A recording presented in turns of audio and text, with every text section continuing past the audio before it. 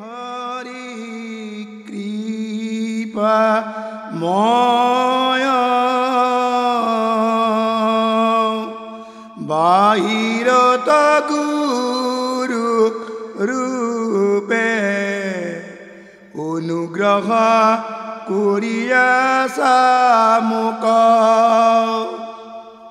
অন্তৰ্যামী গুৰু ৰূপে তাকে সত্য কৰা মোৰ তুজু নামে সদাৰতি হৌক ৰাম তুজু নামে সদাৰতি হৌক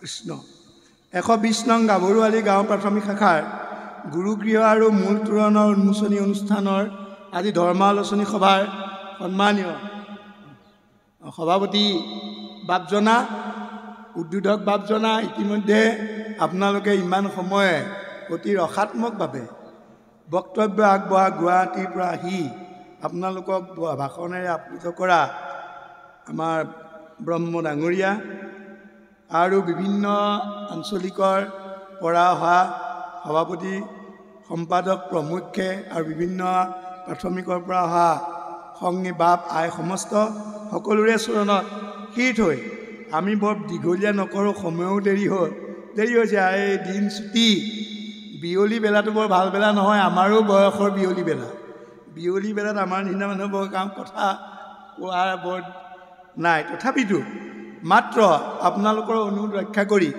আমি দুআষাৰমান কথা কৈ আমি সামৰিম কাৰণ বেলি লহিয়ালে ঘৰ পাওঁতে গধূলি হ'ব জয় জয়তে আজি যি পৰিয়ালবৰ্গই এই নামঘৰৰ আগত যিখন তোৰণ দিলে সেই তোৰণৰ দাতা পৰিয়াললৈ মই অশেষ ধন্যবাদ জনাইছোঁ আৰু তেখেতৰ কথাটো বৰ ভালকৈ জানো আমাৰ ঘৰত আগতে থাকেগৈ আমাৰ প্ৰাথমিকৰ নামঘৰ তেখেতে বনাইছিল আমাৰ দেউতাৰ লগত গ'লে 2-3 দিন থাকে তেখেতৰ তিয়নি নামটোহে জানো ইয়াতহে গম পালোঁ পোচাকী নামটো তেখেতৰ মই আজিলৈকে তেখেতৰ পোচাকী নামটো বৰকৈ জনাই নাছিল যিটো তিয়নি নামটোৱে জগত বিখ্যাত বহু মানুহৰ তিয়নি নামটোহে ভাল আৰু সেইটোৱে জগত বিখ্যাত আচল নামটো গাঁৱত সুধিলেও চিনাকি কৰি দিব নোৱাৰে বোলে আমুকৰ ঘৰ দেখিছানে বোলে ইয়াত এই নামৰ মানুহ নাই বোলে আমুক বোলে এইজন হয়টোৱে তিয়নি নামটো যিমান প্ৰচলিত যিটো মানুহৰ মুখে মুখে যায় যিটো ইংৰাজী নিক নেম বুলি কোৱা হয়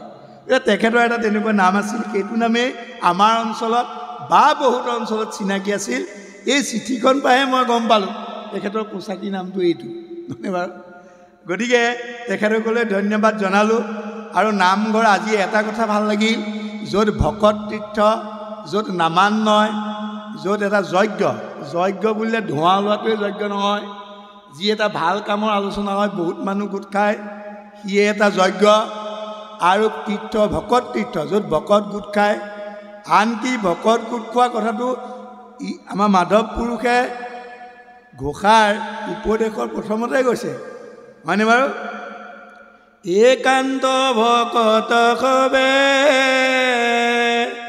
নিৰ্গুণ কৃষ্ণৰ গুণ গাৱে সদা বসিয়া যথাত বৈকুণ্ঠকো পৰিহৰি যোগীৰ হৃদয় এৰি থাকা হৰি সাক্ষাতে তথাত গতিকে আজি দ্বিতীয় বৈকুণ্ঠ ধাম তাত উপস্থিত থকাটোৱে ধন্য কি ক'বলৈ আহিছোঁ এইটো ডাঙৰ কথা নহয় ইমান মানুহৰ বদন ভকতৰ শ্ৰীমুখ দেখিলোঁ ভকতৰ এষাৰ মাত পালোঁ তাতকৈ আজি দিনটো আৰু ধন্য আমাৰ নাই এই নামঘৰৰ কথাটোকে আমি আৰম্ভ কৰিম আমাৰ নিৰ্দিষ্ট বক্তা ডাঙৰীয়াই বৰ্তমান সময়ৰ সকলো কথা ক'লে তাৰ ওপৰত মই কেতিয়াও চৰ্বিত চৰ্ব নকৰোঁ তেখেতে ইমান ধুনীয়াকৈ দিলে তাৰ লগতে এটা সুৰ মিলাইহে এটা কথা আমি ক'ম আৰু আমাৰ উদ্বোধকভাৱে কেইটামান বিষয় তোঁৱাই থৈ গ'ল আচলতে সেইটোৱে উদ্বোধকৰ কথা যে আজি এইসকলে কি কথা ক'ব যিকোনো কথা কৈ এনে সময় নষ্ট কৰি লাভ নাই যে উদ্বোধকজনে এটা বিষয় দি দিয়া হ'ল এইকেইটা কথা ক'ব এতিয়া আমাৰ যেনেকৈ জুহৰি মাৰলৰ অংশ যদি অংশই হয় আমি কৈ আছোঁ শংকৰদেৱে অংশ হ'লে কি অস্ত্ৰ লৈ আহিল শংকৰদেৱেতো এতিয়া দেৱকীৰ ঘৰত জন্ম হওঁতে শংখ চক্ৰ গদা পদ্ম লৈ আহিল। আমাৰ গুৰুজনে অসমলৈ আহোঁতে কি আনিলে? দুটা বস্তু আনিলে, অস্ত্ৰ। যি দুটা একেবাৰে চাবোনৰ কথা কৈ আছে, যি চাবোনে অন্তৰ চৈগ, শ্ৰৱণ আৰু কীৰ্তন, এই দুটা অস্ত্ৰ। এতিয়া আপোনাৰ ধান কটাৰ দিনত এই কাঁচিবোৰ ইমান দিন ধৰোৱা নাই নহয়। ধান ধোৱাৰ আগে আগে কমাৰ গুৰিত ধৰাই যেনেকৈ ল'লে খান বুলি কয়, এই খান দুটা আমাৰ হৃদয়ৰ খান, আমাৰো কেতিয়াবা মামৰে ধৰে। খান দুটা সেইটোৱেই, শ্ৰৱণ আৰু কীৰ্তন। শ্ৰৱণ আৰু কীৰ্তনেহে আমাৰ অন্তৰ জয় কৰিব। কেলে?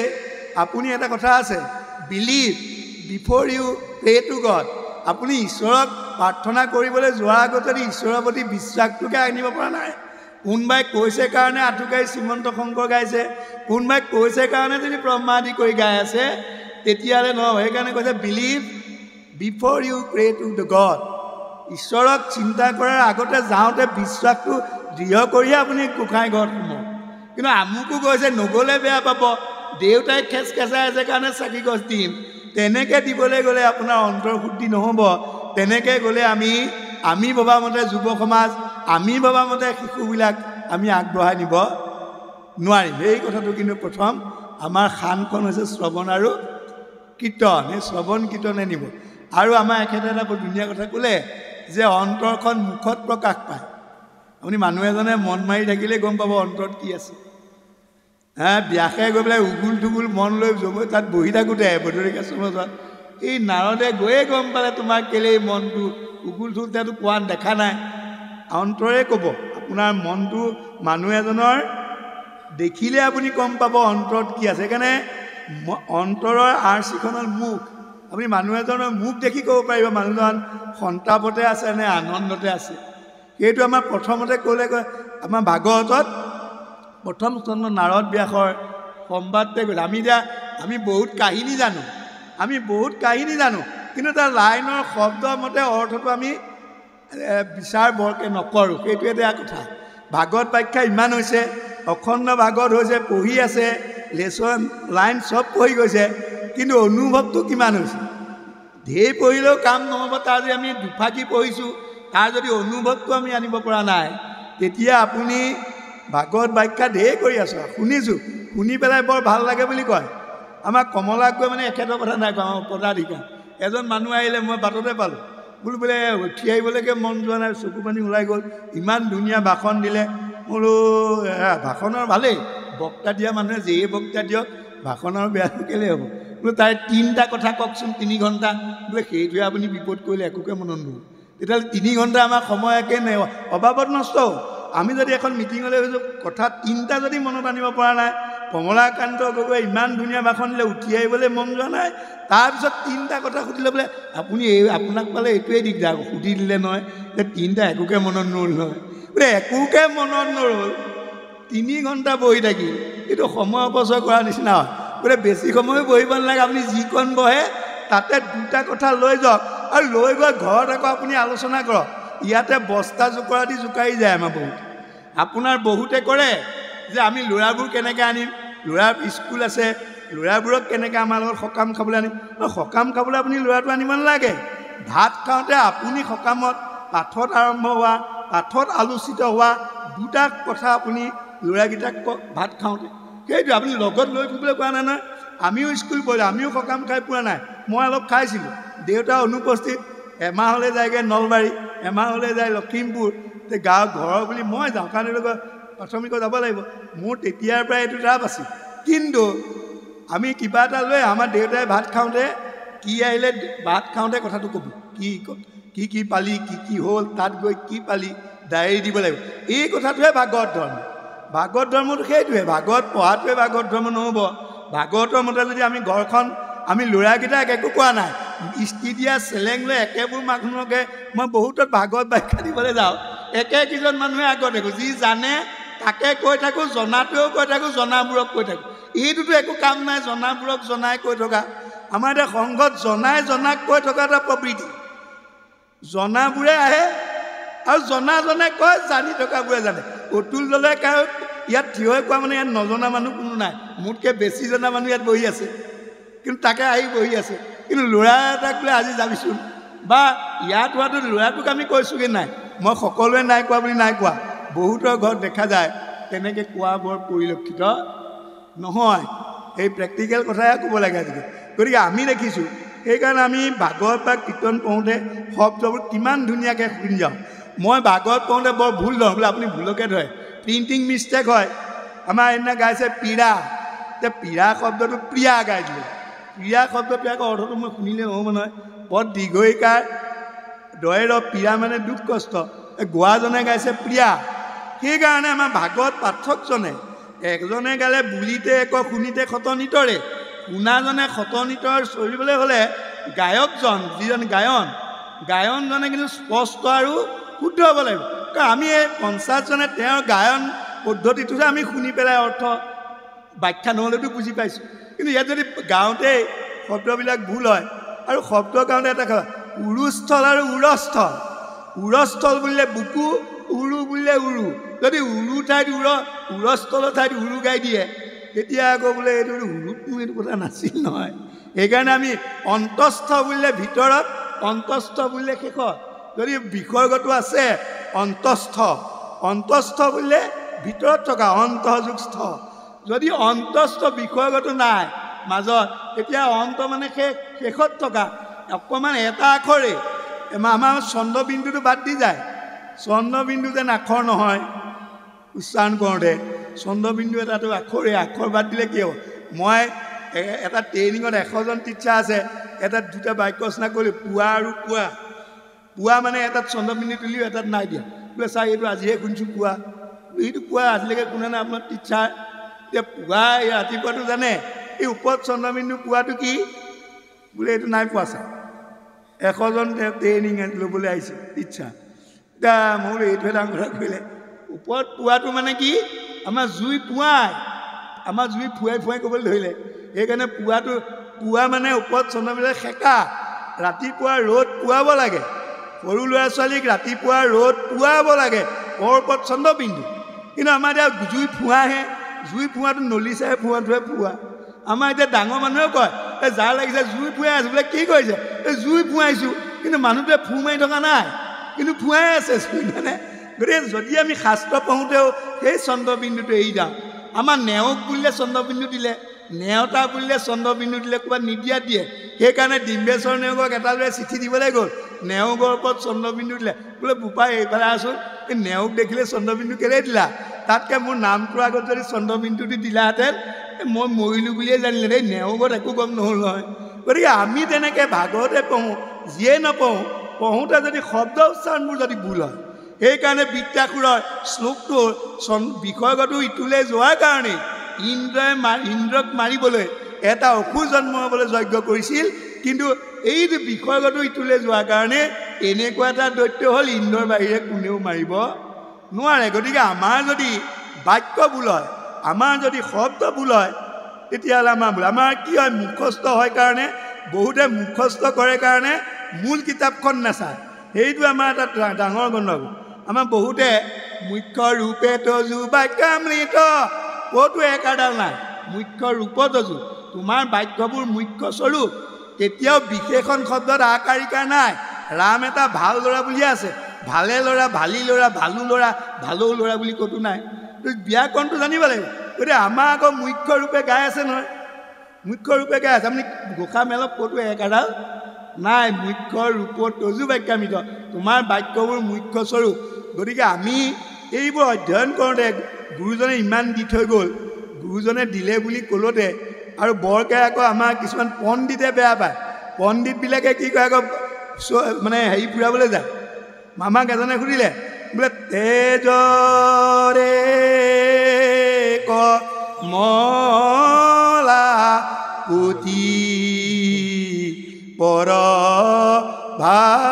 ভাতে নিন্দ এতিয়া সুধিলে কি বুলি বোলে কৃষ্ণক জানো বাৰু যশোদা এই সৰুটোক কমলাপতি বুলি ক'ব লাগেনে ইমান মাধৱদেৱে ভুল কৰিলে আমাৰ ভুল লোৱা মানুহ ধেৰ হ'ল এতিয়া ভুলটো যেতিয়া ধৰি পেলাই পিছৰ ডোখৰ নেগায় আৰু পিছৰ যাবই নোৱাৰে পঢ়া মানুহ নহয় এই যশোদাইনো বাৰু কমলাপতি বুলি গালেনে সেইটো বুলি ধৰিলে নহয় এই বেছিকৈ মানে আমাৰ এতিয়া পঢ়া মানুহবোৰে আকৌ ভুল ধৰিবলৈ যায় আৰু পঢ়া মানুহৰ হাত ফুৰায় চাব পণ্ডিতেহে ফুৰায় কেশৱানন্দ গোস্বামীয়ে কি কৰিলে সুতে ভাগত ৰচিছে সেইকাৰণে মান্য শব্দটো লিখি মধ্য কৰি দিলে মধ্য কৰি সুত কপা তিলা সত্ৰ তথা কোনক প্ৰমুখে শুনে ভাগৱত কথা এতিয়াও গা বিজাইছে সুতেনো লিখিলে সেইকাৰণে কি ক'লে মধ্য কৰি পেলাই আৰু এইবোৰ সাহিত্যিকে পায় আখৰ দুটা লাগে মধ্য বুলিলেও দুটা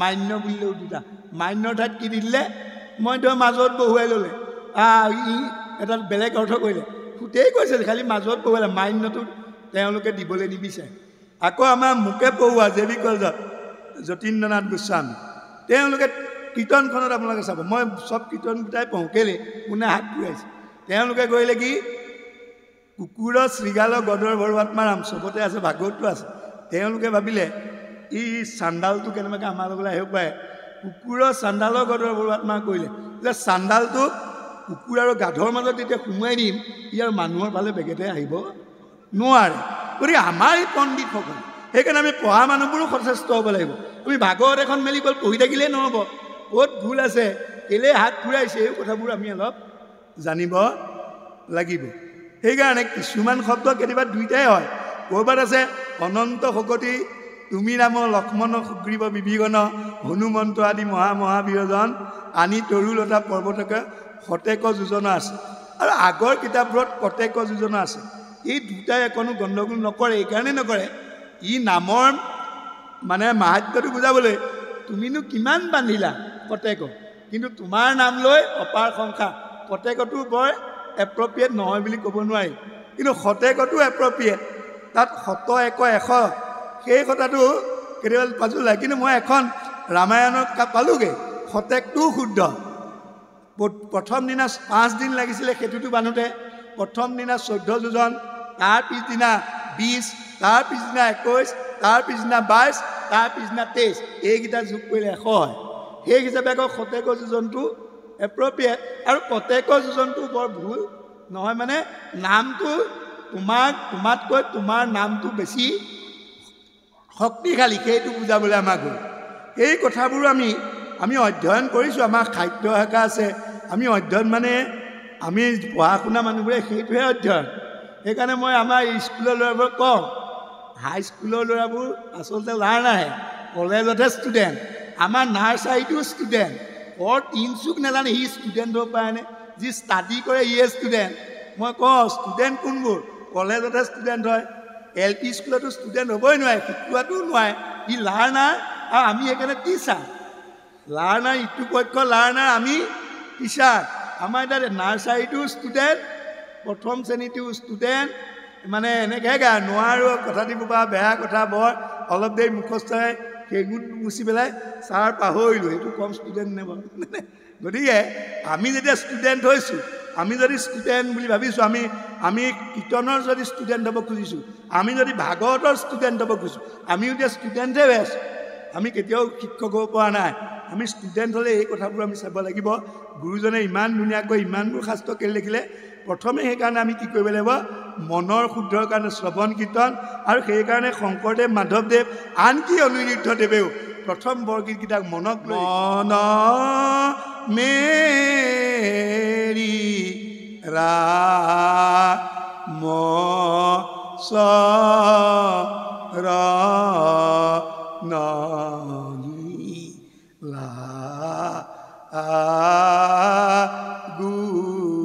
মন যদি লগাই ল'ব নোৱাৰোঁ তেতিয়াহ'লে বাকীখিনি কাম নাই সেইকাৰণে কৈছে believe before you pray to God সেইটো মনটো লগাব মনক মজাব লাগিব মাধৱদেৱেও আখুৱাৰী দিগত লিখিলে ৰে মন সেই বহু হৰি কহো চৰণা নিকটে মৰণ ঠিক তেনেকৈ 2 নম্বৰ গীতটো অনিৰুদ্ধদেৱে লিখিলে অনিৰুদ্ধদেৱে 108টা গীত লিখিছে তাতো 2 নম্বৰ গীতটো তেওঁ মনক লৈ লিখিছে আনকি ঘোষাখনতো আমাৰ কীৰ্তনতো দুৰাচাৰৰ মনমূৰৰ ৰাম হৰি বোল মনক দিছে নাই তাৰপিছত মনোৰাম বোল ৰাম চিন্ত চিত্তে চতুৰ্ভুজ হৰি গতিকে আমি মনটোক তেওঁৰ নাম ল'ব লাগিব আৰু মনলৈ ৰূপটো আনিব লাগিব সেইকাৰণে আপোনালোকে শিকিব কীৰ্তনৰ কৃষ্ণৰ ৰূপটো এঠাইত দিয়া নহয় ভাগৱত য'তেই কৃষ্ণ কথা ওলাব তাৰ আগত তেওঁৰ ৰূপটো দিয়ে কেলে দিয়ে এবাৰ দিয়াত নহয় আপুনি তাৰ জানিব পিছৰ অধ্যায়তে কৃষ্ণৰ কিবা এটা লীলা ওলাব তাৰ আগত কিন্তু কৃষ্ণৰ ৰূপটো দিয়া আছে কেলে দিছে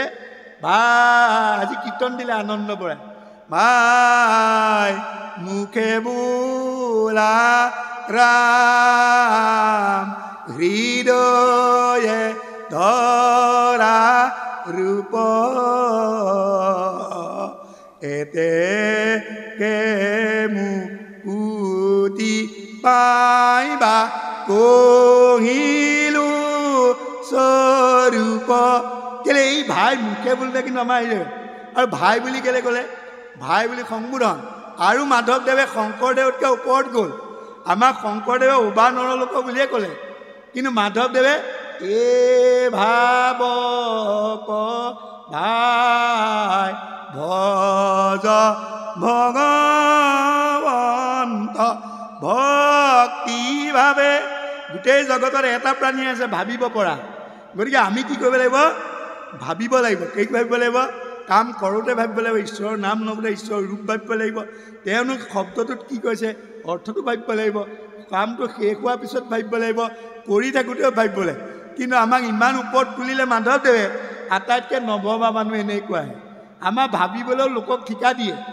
আমাৰ কেতিয়াবা ঘৰখনে চতুৰ্থ শ্ৰেণী ল'ৰাটোকে চাকি দিবলৈ দিয়ে বাকীবোৰে গ্ৰাম্য কথা পাতিব লাগে পাই চাকি গছ দি থৈ গৈছে সি বা কয় গ্ৰাম্য কথা শুনিবলৈ আহিব লাগে কাৰণে শ্ৰীমন্ত শংকৰ যেনে তেনে খৰকৈ গায় বাৰান্দাত আলহীৰ লগত গ্ৰাম্য কথা পাতি আছে সেইটো শুনিবলৈ সি সেইটো সুৰকে নলগালে শ্ৰীমন্ত শংকৰ হৰি ভকতৰ তেল দাঁতিতে পৰিলি তাৰো ঠিক নাই আমাৰ এনেকুৱা ঠিকা দিবলৈ ধৰিছে এই আমাৰ মগদৈত নাই বলমাত আছে বলমাত পাইছোঁ সেইটো নক'ব আকৌ দলে আহি মগদৈত ধৰিলেহি মই ইয়াততো তেনেকৈ কাৰো ঘৰ দেখা নাই আমাৰ বলমাত দেখিছোঁ ঠিকা দিয়ে চতুৰ্থ শ্ৰেণী ল'ৰাটো এই গ্ৰাম্য কথা পাতি গতিকে আমি সেই ধৰণে যদি আমি গুৰু ধৰ্ম প্ৰচাৰ কৰিছোঁ গুৰু গৃহও আছে গুৰু গৃহটো নহ'লে নহয় কাৰণ যদি সাজিছে আমাক এজনে সকাম ভাইনালে মাতিবলৈ আহিলে বোলে আপুনি 8 বজাতে যাব আৰু ভকতৰ জেমালাটো মাৰি লওঁ মই জেমালা যদি এজনকে কমো ভকত যদি জামালা আহে মাতিবলৈ এজনে ক'লে বোলে 8টাতে যাব আৰু ভকতৰ জামালাটো সোনকালে মাৰিম পিছত 1 বজাই ৰাতি 2:30লৈকে চলিব খালি ধুতি পিন্ধা এজন জামালা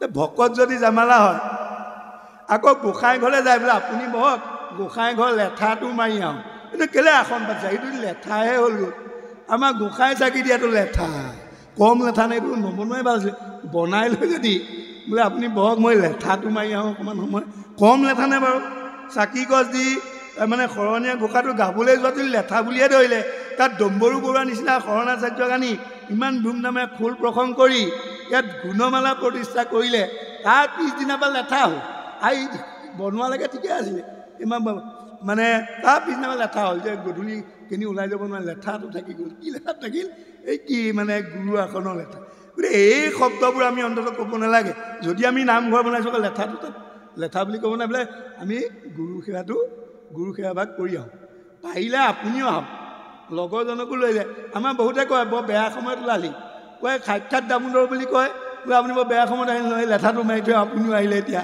সেইটো আকৌ আটাইতকৈ বেয়া সময় হ'ল কোনটো নামঘৰত চাকি দিব সময়তো লেঠা আৰু বেয়া সময় কম ব্যাকৰণ মই ভাবোঁ যে আমি যে কি পঢ়িছোঁ কি ভাওনা গাইছোঁ আমি ঢেৰ ভাও দিছোঁ আজিও এখন ভাওনা আছে এই ভাওনাখনৰ আমি ভাৱহে দিছোঁ চৰিত্ৰটো কি কেৱল প্ৰহ্লাদতহে চৰিত্ৰ লিখিলে আপুনি কীৰ্তনৰ কোনো আধ্যাত্মিক চৰিত্ৰৰ কথাটো নাই চৰিত্ৰ শব্দটো ক'ত লগালে প্ৰহ্লাদ চৰিত্ৰ ইয়াতে সকলো চৰিত্ৰ ল'ৰাৰ পৰা বুঢ়ালৈকে চৰিত্ৰত আমাৰ যি কেৰুণ আছে কেৰুণবোৰ ভাঙিবৰ পৰা দৰৱকেইটা কেৱল মাত্ৰ প্ৰহ্লাদ চৰিত্ৰ আখ্যানটোতে আছে আৰু সেইকাৰণে এইখন নাটেই বহুতে আগু বঢ়ায় তাৰপিছত এইটো মুৰাৰী শব্দটো লগাইছে এইটো মোৰ আপত্তি আছে বহুতত কৈছোঁ গোলাঘাটৰ পাতে কওঁতে মুৰাৰীটো গুচিল নৃসিংহ অৱতাৰ লিখিছে মুৰাৰী শব্দটো ঈশ্বৰতহে আছে ঈশ্বৰে মূৰ দৈত্যক বধ কৰাৰ কাৰণে তেওঁৰ নাম মুৰাৰী মুকুন্দৰাম মুৰাৰীহে আছে মুৰাৰীখন কিন্তু নৃসিংহৰ আগত মুৰাৰী যদি লগাইছে ঈশ্বৰ হয় তেনে মৎস্যত মুৰাৰী কেলে নাই লগোৱা মৎস্য হয় না মৎস্য অৱতাৰ 4 বেদ উদ্ধাৰে লিখিছে তাত মুৰাৰী নাই লগোৱা কুৰ্ম অৱতাৰ লিখিছে তাত মুৰাৰী লিখিবলৈ একে অৱতাৰ গতিকে এই শব্দটো কেতিয়াবা ওলাল মই নাজানো, কিন্তু গোলাঘাটৰ কেইবাঠাইতো ভাওনা জাজ কৰোঁতে এই কথাকেইটা কোৱা দেখিলে মই পিছৰ কিবা যাওঁতে এই বেনাৰবোৰ দেখিলোঁ নহয় মদ মানে নৰসিংহ অৱতাৰ। আমি এই কথাবোৰো গুৰুজনাৰ যেনেকৈ দিছে আমি এই কথাবোৰ পাৰিলে শুধৰাব লাগে, নুশুধৰালে কাকো আমি দাবী কৰিব নোৱাৰোঁ। কিন্তু আমাৰ যোগেদি অলপ আমি এনেকুৱা মিটিঙত বা ক'ৰবাত আমি এইটো উত্থাপন কৰিব লাগে। আমি পাতিলেও অন্ততঃ আমি মুৰাৰী শব্দটো মই এইটো বেয়া বুলি কোৱা নাই, কিন্তু য'ত যিটো প্ৰযোজ্য তাতে আমাৰ নামান্বয়ত আমি ঘোষাৰ নামান্বয়ত নামবোৰৰ অৰ্থ আছে, আৰু নামবোৰৰ অৰ্থ এইকাৰণেই দিলে ঘোষাত চাব। মই এনা গুৰু পৰিচয় দিওঁতে এঠাইত কৈছোঁ 30টা ল'ৰাৰ নামকেইটা সুধিলোঁ। নামকেইটা সোধাৰ পিছত ল'ৰাবোৰক সুধিলোঁ নামকেইটা অৰ্থ কোৱা বোলে ছাৰ আমি নাজানো। দেউতাক মাকবোৰ তাত আছে সুধিছোঁ অৰ্থকেইটা বোলে ছাৰ আমাৰ ফালে নোপোৱাব, আমি ভাল ভাল নাম দিছোঁ আৰু অৰ্থ চৰ্থ নাজানো। বোলে এইটোৱে গণ্ডগোল কৰিলে আপোনাৰ ল'ৰাটোৰ সেইকাৰণে ঘোষাত নামান্বয় দিছে। নামটো অৰ্থটো জানিলে ল'ৰাটো বেয়ালৈ যাব নোৱাৰে। আমাৰ ফালে ল'ৰা এটাৰ নাম দিলে অচ্যুত, অৰ্থটো নক'লে। এতিয়া অচ্যুত বোলে ল'ৰাটোৱে কি কৰিলে এসপ্তাহৰ মূৰে পুলিচে বিচাৰিহে নেপালে বাপেকে লগাই যায়। সেইটো কম অচ্যুত নে? ই অনবৰত চুতই দেখোঁ। তাৰ গাত দুখ নাই নহয়, তাক ল'ৰাই বাপেক মাকে নামটো নক'লে যে অচ্যুত মানে তই চাবি কেতিয়াও তোক বজাৰত অচ্যুত মাতিব, টিচাৰে অচ্যুত মাতিব, কাগজত তই অচ্যুত লিখিবি, চাৰ্টিফিকেটত অচ্যুত থাকিব। গতিকে তই কেতিয়াও নকৰা কাম ক'ৰ পৰা চ্যুত হ'ব নোৱাৰিবি। সেইকাৰণে ঈশ্বৰৰ এটা নাম অচ্যুত। তাক অচ্যুতটো দিলে অৰ্থ নক'লে, ই অচ্যুতৰ পৰা অনবৰত চ্যুতহে হৈ আছে। তাৰ কাটেই কালে, কিন্তু নামটোত অৰ্থ দি আছে, ই চ্যুতহে হৈ আছে। গতিকে মই যেতিয়া ক'লোঁ আপোনালোকে ল'ৰাবোৰৰ ভাল ভাল নাম দিছে বৰ ভাল কথা, কিন্তু ল'ৰাকেইটাক যদি আপোনালোকে অৰ্থটোৱে কোৱা নাই, সেই ল'ৰাটোক যদি আপুনি নামটোৰ অৰ্থ কয়, এই অৰ্থটোৰ কাৰণে ল'ৰাটো আপুনি একো ভাল নকৰাকৈ ঘোষা নোকোৱাকৈ আপোনাৰ ল'ৰাটো ভালে যাব। কেলৈ যাব? ই সদায় নামটোলৈ মনত ৰাখিব, মোৰ নাম এইটো আকৌ মই এনেকুৱা কাম কৰিব নহয়। কিন্তু আমাৰ ভাল ভাল নাম একেবাৰে ডিক্সনেৰী চাই বৰ ধুনীয়া ধুনীয়া ভাগৱতৰ চাই আমাৰ মানুহ এজনে খুব চালে, নাম চালে বোলে বৰ ভাল নাম এটা লুটি আছোঁ, কি দিলে বোলে হয়গ্ৰীৱ। বোলো এটা কথা দেই, আপুনি হয়গ্ৰীৱ দিব ল'ৰাটোৱে স্কুলে আহিব। কেলৈ? বোলো হয়গ্ৰীৱ মানে ঘোঁৰাৰ ডিঙি। ল'ৰাক আকৌ যদি কয় ঘোঁৰা ডিঙি তুমি আহিলা, সি স্কুলে আহিব। এই নাম তেনেকৈ ফটকৈ দি নিদিব আকৌ হয়গ্ৰীৱ। এই তাৰপিছত যদি আকৌ মাধৱটো লগাই দিয়ে হয়গ্ৰীৱ মাধৱ, তেতিয়া অৰ্থ এটা হ'ব। অকল হয়গ্ৰীৱ বুলিলে এই আমাৰ ঘোঁৰা মোৰ আহিলে, ই এসপ্তাহৰ পিছত স্কুল আহিব, নাম লগাই দিলেগৈ বাপেকে, বাকীবোৰে ঘোঁৰা ডিঙি পালে এই বুলি ক'ব। গতিকে আপুনি অকল ভাগৱত লুকিয়াই নাম নিদিব, সেইটোও গণ্ডগোল আছে। ভালকৈ অৰ্থ এটা জানি ল'ব। তেতিয়া আপুনি হয়গ্ৰীৱ মাধৱ দিব। এতিয়া হয়গ্ৰীৱ মাধৱ দিছিলে, ইংৰাজী লেখোঁতে বৰ দীঘলীয়া হ'ল, ল'ৰাই গৈ পেলাই বিতুল হ'লগৈ, এইটো বৰ উচু হ'লগৈ। গতিকে আমি সেই নামবিলাক দিওঁতেও আপোনালোকে আমাৰ সংগী ল'ৰাবোৰৰ নাম ভাল দিব, দিলে কিন্তু অৰ্থটো তাক একদম সন্ধি চন্ধি ভাঙি দেখুৱাই দিব।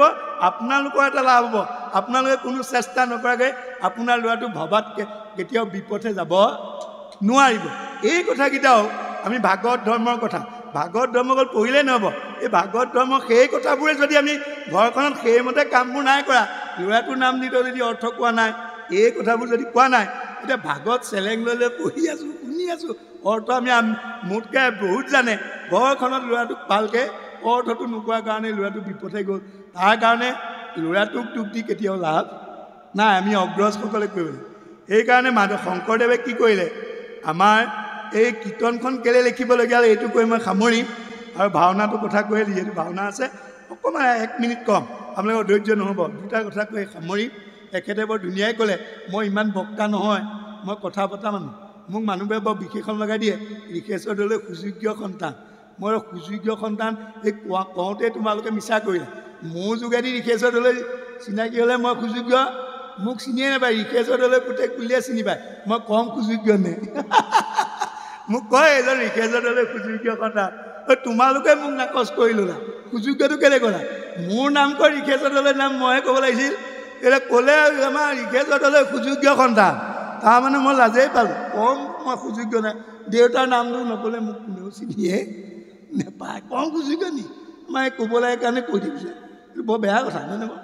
এই তেনেকৈ যাক তাক ক'ব নালাগে জানো বাৰু, মোক নক'ব আগলৈ, মই এইটো বেয়া পাওঁ। কাৰণ মই দেউতাক মোৰ দ্বাৰা চিনাকি হ'ব লাগে, দেউতাৰ নাম কৈ মোক চিনাকি কোৱা মানে কি?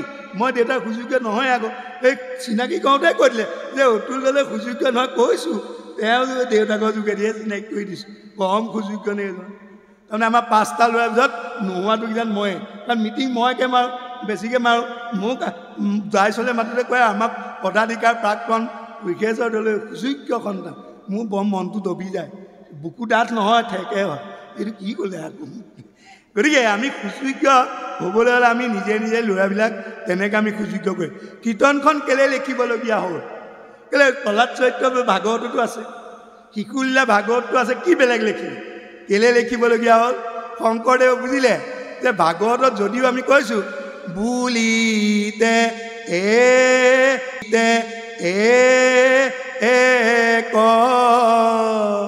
শুনিতে শত নিতৰে নাম ধৰম বিপৰীত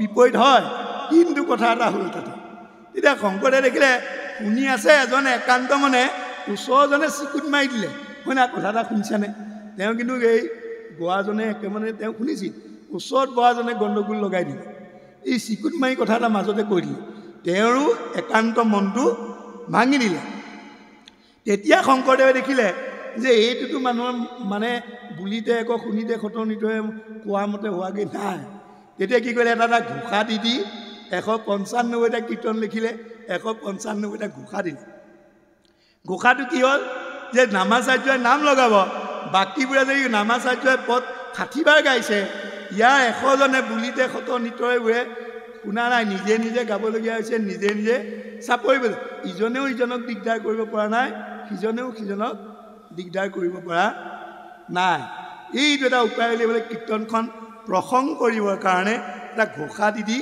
ভাগৱতৰ এইবোৰ কনচাইজ কৰি বিভিন্ন কৰিলে সেইটো এটা ভাল হ'ল তাৰ মাজতে আকৌ মই এবেলি নাম গাই আছোঁ বুজিছেনে নামৰ চাপৰিতে যতি নপৰাকৈ তাৰ মাজতে তালি খালি মিলাই বোলে দলৈ হয়নে বৰ মহ ওলাইছে মোৰ তেওঁকে গাইছে মোৰ উঠে মাৰি দিয়ে এতিয়া দেখিছোঁ শংকৰদেৱ ইমান ভাবোঁতেও চাপৰিৰ মাজত খালি মিলাইও লোকৰ উৰুত মানে চাপৰি মানে তেনেকুৱা দস্তু বহুতো আছেগৈ যাবগৈ পঢ়াই নাই চাপৰি খালিটো চাপৰ এটা মাৰিয়ে মোক কৈছে আৰু মহ ওলাইছে বুজিছে এইফালে নাম চলিয়ে আছে গতিকে শংকৰদেৱে ইমান কৈছে আকৌ শংকৰদেৱে ভাবিলে কি যে ঈশ্বৰে আমাক মনুষ্য লীলাই দেখায় ঈশ্বৰেনো শপত খাব লাগেনে অৰ্জুনৰ আগত 10 সত্য কৰি মই কৰোঁ অংগীকাৰ সমস্ত পাপত মই কৰিব উদ্ধাৰ অৰ্জুনক 10 সত্য খালে শংকৰদেৱে দেখিলে কলিযুগৰ মানুহ 10 সত্যই নহ'ব 60 সত্য খুৱাব লাগিব সেইকাৰণে কি দিলে হৰি ৰাম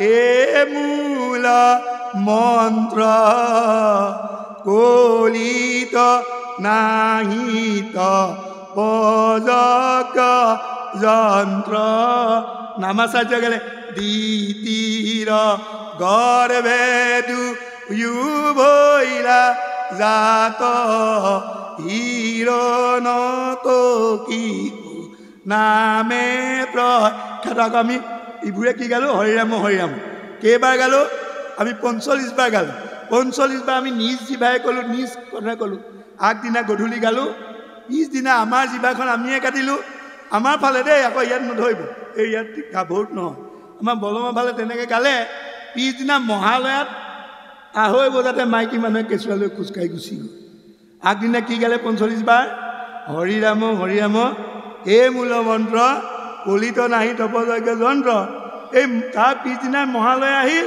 কেঁচুৱালৈ আনকালে মৰ্ণিং ৱাক নকৰে সেইদিনা 2:30 বজাতে গ'ল গুচিলে কেঁচুৱাটো লৈ গৈছে মহালয়াত খোজকাঢ়িল কিন্তু আগদিনা হৰিৰাম এই মূল মন্ত্ৰ গতিকে আমি কৰা কাম গোৱা কথাটো যদি আমি নকৰোঁ তেতিয়া নোগোৱা ভাল শ্ৰৱণ কীৰ্তনটো বৰ উজু নহয় আপুনি গোৱা কথাটো যদি কোৱা নাই কীৰ্তন হোৱা নাই আপুনি শুনা কথাটো যদি পাৰ্যত পালন কৰা নাই আপোনাৰ শ্ৰৱণ সিদ্ধ হোৱা নাই ই কেতিয়াও প্ৰবিষ্ট হোৱা নাই শ্ৰৱণটো তেতিয়াই প্ৰবিষ্ট হ'ব আপুনি শুনা কথাটো আপোনাৰ জীৱন কলাত প্ৰয়োগ কৰিছে জীৱন কলাত যদি একো লগোৱাই নাই গৈ শুনি আছোঁ কৈও আছোঁ ক'ৰবাত কৈছোঁ ক'ৰবাত শুনিছোঁগৈ গৈ নিজৰ জীৱন কলাত তাৰ এটাও বিন্দু মাত্ৰ লগা নাই তেতিয়াহ'লে ই শ্ৰৱণ কীৰ্তন প্ৰবিষ্ট হোৱা নাই সেইকাৰণে তাৰপিছতে এটা কামুৰি তাৰপিছত দেখিলে যে শ্ৰৱণ কীৰ্তন ইমান কোৱাৰ পিছতো বহুত মানুহ নাহে, নামঘৰলৈ নাহে। কাক পঠিয়াই দিয়ে? আঁঠুৰ মূৰত চুৰিয়া পিন্ধি কপি ককা দেউতাহঁতকে শৰাই দিনা বিহু দিনা দি দিয়ে। আমাৰ বিহু দিনা বৰকৈ নাহে। তেতিয়া কৰিলে ভাওনা আনিলে, শেষতহে ভাওনা তৈয়াৰ কৰিছে শংকৰদেৱে। এটি লোকস্থিতি, লোকৰঞ্জন আৰু লোকসংগ্ৰহ। আজি ইমান চিঠি দিলে, গাঁৱে গাঁৱে মাতিলে, আজি বাৰু খেতি দি। এতিয়া কিন্তু যিমান মানুহ গোট খালে গধূলি আপুনি ইয়াতকৈ বেছি মানুহ গোট খাব। ইয়াত চিঠি দিব নালাগে। এই এখন বেনাৰ মাৰি দিলে, নৃসিংহ মুৰাৰী ভাওনাত দিয়কৰ 1 নম্বৰ দল আহিব। যা ঢেৰ মানুহ আহিব। কেলে? ই লোকসংগ্ৰহ। সেইখনে লোকসংগ্ৰহ কৰিলে। ইমান চিঠি চফা কৰি চাইকেল মাৰি ঘৰে ঘৰে ঘূৰিবলগীয়া দৰকাৰ হোৱাই নাই। শংকৰদেৱে দৰৱটো পালেগৈ, লাষ্টত এটা দিবগৈ হ'ল। সেইটোত মানুহ গোট খায়। তাৰপিছত লোকৰঞ্জন। এই মানুহে এটা দৃশ্য চকুৰে দেখিব লাগিব। অকল চকুৰে নেদেখি শুনি পেলাই বৰ টান পায়। সেইকাৰণে আমি যেতিয়া গাওঁ পঞ্চবৰী হতে মহামতি কিৰায়েৰি কৰন্ত ভকতি, নাম লগোৱাজনৰ গান দাং খোৱা নাই আৰু বাকীবোৰৰ চকু পানী ওলোৱা নাই। কিন্তু আজি গধূলি যেতিয়া কণমান চৰিত্ৰ প্ৰহ্লাদৰ ল'ব, সি এনেকুৱা কুকিল কণ্ঠ, এনেকুৱা এটা গাব, বহু মানুহে নভবাকে নিজে ক'বই নোৱাৰে, দুগালেদি দুধাৰো আনন্দ আহিব। সেইকাৰণে শংকৰদেৱে দেখিলে যে অকল শুনিলে চকু পানী নোলায়, বৰ ৰোমাঞ্চও নহয়। আমি কৈ আছোঁ অন্তত ৰোমাঞ্চ হ'ব। ৰোমাঞ্চটো কোনে আনি দিব? লোকৰঞ্জন। ৰঞ্জনটো কোনে দিব? ভাৱে দিব। সেইকাৰণে লোকৰঞ্জনৰ কাৰণে ভাওনাটো দিলে। আৰু ভাওনাত যে আমাৰ গায়নত গায়, প্ৰথম গায়নত যিটো শ্লোক গায়, যে চান শ্ৰীমতে যশোদে শ্ৰীতপদ কমলে নাস্তি ভক্তি নৰাম, যে চাং আভিৰ কন্যা প্ৰিয় বিনকথনে নানুৰক্তা ৰসজ্ঞা, যে চাং শ্ৰীকৃষ্ণ লীলা ললিত ন কৰ্ণৌ ন তৃপ্ত ধিক্তান ধিক্তান নিগেতি কথেত কীৰ্ণস্তু মৃণাংগানি ইয়াত। এই বুলি যেতিয়া গায়ন জয় খোলত চাপৰ মাৰিব, ইয়াৰ অৰ্থটো আপোনালোকে জানেনে বাৰু? ইয়াৰ অৰ্থটো কি? যে এতিয়ালৈকে যাৰ কাণত শ্ৰীকৃষ্ণৰ লীলা হোৱা নাই, সেইসকল ধিক ধিক, আজি কিন্তু সোনকালে আহিছে। প্ৰথম ধন্যবাদ খোলে কাক দিছে? কাহানিও নামঘৰলৈ নোৱা মানুহবোৰ আজি গোটেইবোৰ আহি গায়ন জয় প্ৰথম ধিক ধিক তেওঁলোকক দিলে। এই মুহূৰ্তলৈকে যিবোৰৰ নাম আজিলৈকে কাণত স্পৰ্শ কৰা নাছিল, ধিক, আজি কিন্তু সেইসকল এই পাতি চাতি পাৰি আগতেই নিজৰ চিটটো দখল কৰিলেই। এইটো কম মানে শ্লোক আমাৰ পূৰ্ব ৰঙৰ আগত গায়, ধিক্তান ধিক্তান দিয়ে কীৰ্তনস্তু মৃণাংগ নিয়ত। গতিকে প্ৰথম সম্ভাষণ জনাইছে কাহানিও নোৱা। আৰু ইয়াতে শংকৰদেৱে দেখিলে তাত 7 প্ৰকাৰে মানুহ উপকৃত হয় একেলগে, 7 প্ৰকাৰ। সেইকাৰণে এটা মানে ভাওনা আগবঢ়া মানে 7টা নামঘৰৰ বৰসবাহৰ সমান বুলি এটা কথা আছে। প্ৰথম কুন্তৰী, প্ৰথম আমাৰ গানিকাযোৰা, যিটো পূৰ্বৰংগ বুলি কয়। আমাৰ ভাওনা আগত গানিকাযোৰাক পূৰ্বৰংগ বুলিয়ে কয়। আচল ৰংটো কোনে দিব? ভাওনাটোৱে আচল ৰং দিব। তাৰ আগত এইটো পূৰ্বৰংগ। আমাৰ গানিকাযোৰক পূৰ্বৰংগ কয় ভাওনাৰ ক্ষেত্ৰত। ই আগত ৰং দিব। ৰং আৰু ধেমালি সমাৰ্থক শব্দ। সেইকাৰণে আমাৰ বৰ ধেমালি, ধেমালি মানে বাৰু ধেমালি আৰু ৰং সমাৰ্থক শব্দ। সেইকাৰণে ধেমালি শব্দকেইটা আমাৰ গায়ন কিছুমান দিয়া হৈছে। এই প্ৰথম ৰং। আৰু আমাৰ এটা ষ্টাইল হ'ল ভাওনা উদ্বোধন কৰিবলৈ আজিকালি মানুহ এজন মাতে, সেইটো এটা ভুল। আচলতে পূৰ্বৰংগ গায়নযোৰে ভাওনাখন উদ্বোধন কৰে। আকৌ বেলেগে এজন উদ্বোধক কেতিয়াও ভাওনাত মাতিব আজিকালি ষ্টাইল হ'ল। আকৌ এজনক ভাওনা উদ্বোধন কৰে। পূৰ্বৰংগ গায়নযোৰে কেনেকৈ উদ্বোধন কৰে চাওক। ঘোষা ধেমালি গালে। ঘোষা ধেমালিত গোটেই ভাওনাৰ সকলোৰে কি বুলি ক'লে? আৰে হৰি লৈলো হৰি লৈলো শৰণ ইবেলি আৰে মই অধমক পাৱে নেপেলাই বা ঠেলি। গোটেই দৰ্শক ভাওনা সকলোৰে হৈ ঈশ্বৰৰ চৰণত কোনে শৰণে বহিলে এই পূৰ্ব ৰঙৰ গানিকাযোৰে তাৰপিছতে গুৰুক স্মৰণ কৰিলে আপুনি গুৰু সেৱাটো বেলেগ বেলেগ সময়ত বেলেগ বেলেগ যেতিয়া কুৰুক্ষেত্ৰ ৰণ হৈছিল বিপক্ষত দ্ৰোণাচাৰ্য এইফালে গুৰু কোন তেওঁৰ শিষ্য অৰ্জুনে শৰ পঢ়াৰ আগত দুপাত শৰ প্ৰথমে কলৈ মাৰিলে দ্ৰোণাচাৰ্যৰ দুটা ভৰি বুঢ়া আঙুলি পেলাইছে যুদ্ধ ক্ষেত্ৰত গুৰু সেৱা তেনেকৈ কৰিব লাগিব তাত আকৌ এইদৰে নমস্কাৰ কৰা নহয় এইটো এটা গুৰু সেৱা আমাৰ ইয়াত গুৰু সেৱাটো কেনেকৈ ভাগৱতৰ ঘোষা ধেমালিৰ পিছতে কি গায় ঘোষা ধেমালিৰ পিছতে গুৰুঘাট মাৰে গুৰুঘাট মৰা মানে গুৰু সেৱা তাৰপিছতে কি গায় তাৰপিছতে তাতেই সূত্ৰ বাজনা মাতে ই এটা অৱধাৰিত ইয়াৰ মাজত কেতিয়াও গেপ হ'ব নালাগে কিন্তু আজিকালি হৈছে তোমাৰ কাকোত ভোগ লোৱা নাই আজিকালি দোহাৰবোৰ বেলেগ গানিকা বেলেগ দোহাৰে আকৌ বেলেগে আৰম্ভ কৰে নতুনকৈ এবাৰ এইটো মই আজিকালি চলিছা এইটো মই একো হেৰি কৰা নাই গতিকে এই কথাকেইটা আমি চাম আৰু তাত 7 প্ৰকাৰে কৰিলে প্ৰথমে গানিকা যোৰা তাৰপিছত দোহাৰত বাঢ়িলে কেলৈ দোহাৰৰ মানুহবোৰে কি গালে প্ৰথমে কৃষ্ণ গলা দোহাৰৰ যিজনে সুৰ লগাই গায় সেইজনে তেওঁৰ সুৰতে গোটেই ভাওনাটো গোটেই ৰাতিটো চলিলে আৱে জগত গুৰু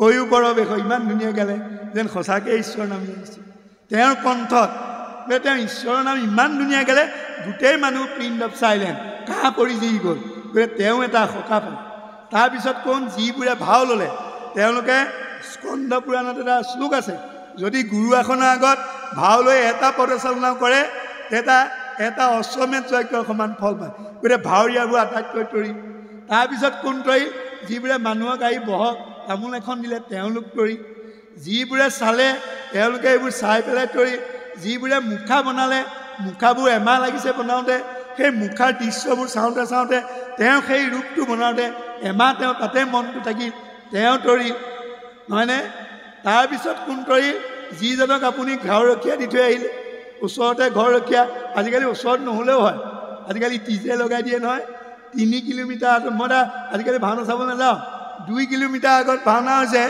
ঘৰতে ধুনীয়াকৈ শুনি তালৈ গ'লে নুশুনিহে অতি শব্দ গতিকে তাত যেতিয়া ৰুক্মিণী হৰণত যেতিয়া ভাতে গাইছে শুন শুন ৰুক্মিণী মাই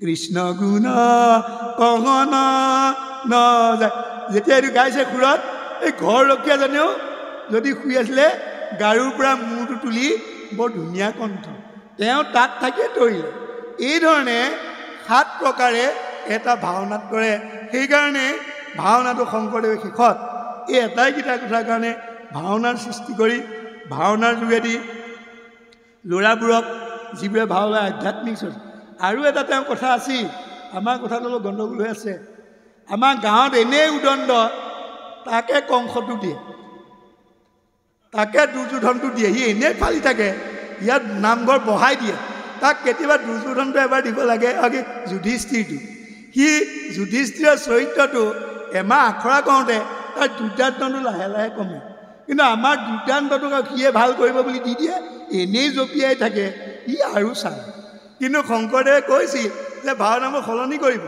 ঘৰতে দুৰ্দান্তটো যদি কংস দিয়ে আছে তাক যদি ৰাৱণ দিয়ে আছে ই গাঁৱতো পিছতো ৰাৱণে হৈ আছে তাইতো শুধাবলৈ কেতিয়াবা ৰামচন্দ্ৰটো দিয়ক হয় নহয় মোৰে কথা নহ'ব পাৰে এইটো আমাৰ পৰিচালকে নক'ব বোলে এই দলীয়াকৈ এখন কিয় বাচিবলৈ আহিলে কিন্তু গুৰুজনৰ আদৰ্শ আছিলে সেইটোৱে যে এটা তেনেকুৱা মানুহে যদি যুধিষ্ঠিৰ পাঠটো দিয়ে সি যেনেকৈ বচন চচন সমী কৰোঁতে তাৰ চৰিত্ৰটো যেনে হ'লেও অলপ আগতকৈ হ'ব গতিকে এই কথাকেইটা এই খালী চকীত কৈ থাকিলেও লাভ নাই তথাপিতো আৰু এই দায়িত্ব এটা দিলে এই কথাকেইটাকে ক'লোঁ সকলোলৈকে খুব ধন্যবাদ দি আজিৰ দিনটোৰ আমি নিজকে ধন্য মানিছোঁ মাধৱদেৱে সেইকাৰণে কৈছে সেই দিনটোৱে ভাল সেইখিনি নক ভাই দুৰ্দিন মূলীয় মানি মেঘাচন্ন নহয় দূৰ নিন হৰি কথা অমৃতৰ সন্যক লাভৰস যিটো দিন হয় বিহীন ৰামে যিটো দিন হয় বিহীন। এক মাধৱ গুৰুজনাই ক'লে যে দুপালবিটা বৰষুণ ৰাতিপুৱাৰ পৰা গধূলিলৈ চেপ চেপ দি আছে, ঘৰৰ পৰাই ওলাব নোৱাৰি, একো কাম কৰিব নোৱাৰি। সেই দিনটো দুৰ্দিন নহয়, ফৰকাল দিনটো তোমাৰ কাৰণে দুৰ্দিন হ'ব পাৰে। যদি গাৰুৰ পৰা মূৰ তোলাৰ পৰা ৰাতি গাৰুত মূৰ পেলোৱালৈকে এবাৰো যদি ঈশ্বৰলৈ মনত নপৰিল, সেইদিনা আৰু ৰ'দ ধুনীয়া হ'লেও তোমাৰ দিনটো কিন্তু দুৰ্দিন। কিন্তু মই এতিয়া দেখিলোঁ এপ্ৰপ্ৰিয়েট সেই কথা। মই যিদিনা খুব বৰষুণ দিয়ে বৰ ভাল পাওঁ, সেই দিনটো কিতাপ পঢ়িব পাৰি, অইন কাম নাই। মোৰ সেইদিনা কিতাপ পঢ়া কাম বেছি। সেই দিনটো গোটেই টেবুলতে বহি থাকোঁ, কাৰণ অইনে যাবও নালাগে, কামো নাই। আমাৰ আৰু সেইদিনা মানুহবোৰে ইছলাম আজি বৰ বেয়া হ'ল দেই, কিন্তু মাধৱদেৱে এপ্ৰপ্ৰিয়েটলি লিখিলে যে সেই দিনটোৱে সুদিন বুলি ভাবা, সেই দিনটোৱে তুমি ঈশ্বৰ ভাৱনা কৰিবলৈ। আমাৰ আৰু এটা কথা কৈ সামৰিম, আমাৰ বহুতৰ এতিয়া ঈশ্বৰৰ নাম গাবলৈ সময় নাই, এই বৰ ব্যস্ত বুলি কয়। এই কথাটোৱে সামৰিম, বৰ ব্যস্ত কেলে? গধূলি বেহাবাৰী চিৰিয়েল চাব লাগে, ৰান্ধনি সেই সময়ত দিগদাৰ, কাৰোবাৰ কিবা চাব লাগে, আমাৰ নাই। কিন্তু আটাইতকৈ নাম ল'বলৈ আমাৰ কাৰ্যসূচীখনত আছে। আপুনি গাখীৰ খীৰাওঁতে মুখখনে গাখীৰ খীৰাই নে হাতখনে খীৰাই? হাতেৰে খীৰাই, তাত বৰগীতটা গাই থাকিব পাৰে। আমাৰ মুখখন বন্ধ কৰি থৈ দিয়ে, সময় নাই, গাখীৰ খীৰাইছোঁ। গাখীৰ কাৰণে বৰগীত কৰিলে আমাৰ এতিয়া আমাৰ ভাগৱতে ক'লে নেমানে, গোপীসকলে ক'লে নেমানে। গোপীয়ে গৃহকৰ দুখন গায়িকৰ দুখনতে গৃহকৰ মাজতে তেওঁলোকে ঈশ্বৰৰ নাম গায়। আমাৰ শৰণ লোৱা মানুহে কি কৰে, গৰুজনীয়ে দিগদাৰ কৰে বুলি গাখীৰ খীৰোৱাৰ আগতে পিছটেঙত দুচাত দি দিয়ে গৰুজনী। তাৰপিছত গৰুজনীয়ে গাখীৰটো লুকাই দিয়ে, সুমুৱাই দিয়াৰ পিছত কি হ'ল, পোৱালিটো গৈ পথাৰত খুৱাই দিয়ে। লাভৰ মূৰত কি হ'ল, গাখীৰটো গৃহতে নেপালে। আপুনি যদি এটা গীত গাই থাকে, গৰুজনীয়ে কাণ মূৰ থিয় কৰি গাটো ঢিলা কৰি দিয়ে, আনকালে যদি 1.5 লিটাৰ ওলাইছিলে সেইদিনা আপোনাৰ 2 লিটাৰ ওলাব। এতিয়া সেই কথাটো যেতিয়া আপোনাৰ ভেটেনেৰিয়ে ক'লে, এতিয়া আপুনি ফাৰ্মবোৰত য'ত 100 গৰু আছে, গাখীৰ খীৰোৱাৰ আগত হিন্দী গান লগাই দিয়ে, লগাই দিলে গান শুনি গৰুবোৰ গাটো ঢিলা কৰি দিয়ে, গাখীৰ বেছিকৈ দিয়ে। আমাৰ শৰণ লোৱা মানুহে পিছ বহীত দুচাত মাৰি দিয়ে, গৰুৱে গাখীৰ ভিতৰলৈ সুমুৱাই দিয়ে, পথাৰত গৈ পোৱালিটোক খুৱাই দিয়ে। গণ্ডগোলটো গৰু নহয়, গণ্ডগোলটো শৰণ ভজন লৰাই গণ্ডগোল নহয় নাই কথাটো। গতিকে আমাৰ এটা কথা আছে, চব আমাৰ যদি পেট কয়, গাঁৱৰ বুঢ়ী মানুহ এজনী কৰিলে যায়, মুখ লাগিলে কি গাই নাজানো ফু মাৰি দিয়ে, পেটটো জামৰে। কিন্তু আমাৰ ভাত ৰান্ধোতে যদি বৰগীত এটা গাই হেতা লৰাই থাকে, কেলে সেই মন্ত্ৰটো নোসোমাবনে? সেইটোত আকৌ বিশ্বাস নাই, তেতিয়া সময় নাই। আপোনালোকে ঠিক দেখক, মই কলেজত পঢ়াৰ পৰা আজিৰ দিনটোলৈকে 4:30 উঠোঁ, ভাত ৰুটি চব মই বনাই মোৰ 6:30 ভাত পানী হৈ যায়, ল'ৰা ছোৱালীলৈ ৰুটি হৈ যায়। মানুহগৰাকী মোৰ ভাত চাত হ'লে উঠে বোলো, উঠা ভাত চাত হ'ল, বাঢ়িবও নালাগে, ময়ে বাঢ়ি খাম, বাকীবোৰ কাম কৰা। কিন্তু মোৰ কিমান কীৰ্তন যায়, কিমান ঘোষা যায়, কাৰণ চাউল ধোঁতে মুখখনৰ কাম নাই নহয়। চাউল ধোঁতে ৰামণি ৰঞ্জন, পাঠক ভঞ্জন, দানৱ গঞ্জন গোটেই গ'লেই। দাইল ধোঁতে মানে তেজৰে এইটো হাতেতে হাত গৈ থাকিব নাই, মুখখনৰ কাম নাই। গতিকে আমাৰ দেউতাই যেতিয়া গাখীৰ খীৰাই আগতে, তেতিয়া আমাৰ এটাক মাতে, গৰুজনীয়ে জানে নেজো মাৰিব লাগিব, আমাৰ কাপোৰ এখনে গৰুজনীক কোবাই থাকিব লাগিব। দেউতাই খুব ডাঙৰে উঠৰে ইমান ধুনীয়াকৈ গায়, গৰুজনীয়ে কাণ মোৰ একো নলৰাই।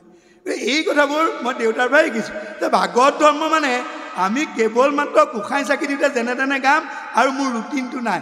মই 9 কিলোমিটাৰ চাইকেল কৰি যাওঁ স্কুললৈ, ঘৰৰ গেটতে গুৰুবতীমা আৰম্ভ কৰোঁ, আৰু চপয়টোত মই স্কুলৰ গেটখন পাওঁ। মোৰ মানে সেইদৰে মানুহ এজন পালে যেনেকৈ বাটটো চুটি যেন লাগে, অকলে গৈ থাকিলে বাটটো দূৰ লাগে, এই গাই ঘৰটোৱে কেতিয়া স্কুলৰ গেট পালোঁ। গতিকে ভাগৱত ধৰ্ম সেইটোৱে। ভাগৱত ধৰ্ম এটা নিৰ্দিষ্ট সময়ত আঁঠুকাঢ়ি নাম গোৱাটোৱে ভাগৱত ধৰ্ম নহয়। এই কথাকেইটা আমাৰ উঠি অহাৰ কাৰণে কৈছোঁ, এই বাপসকলক নাই কোৱা। মোৰ অনুজসকলে তেনেকৈ যদি এতিয়াৰ পৰা অভ্যাস কৰে, তেতিয়াহ'লে আমি আগবাঢ়ি যাম। গতিকে হে হৰি মুখ দুৰাচাৰ মূলি নকৰিবা পৰিহাৰ, তুমি বিনে মহা পতিত পাৱন কোন দেৱ আছে আৰ ৰাম কোন দেৱ আছে সকলোৰে ওচৰত ক্ষমা প্ৰাৰ্থনা মাগি মোৰ কথাকেইটা আনুষ্ঠানিকভাৱে ইয়াতে ইতি পেলালোঁ বুলি আনুষ্ঠানিকভাৱে ঘোষণা কৰিলোঁ।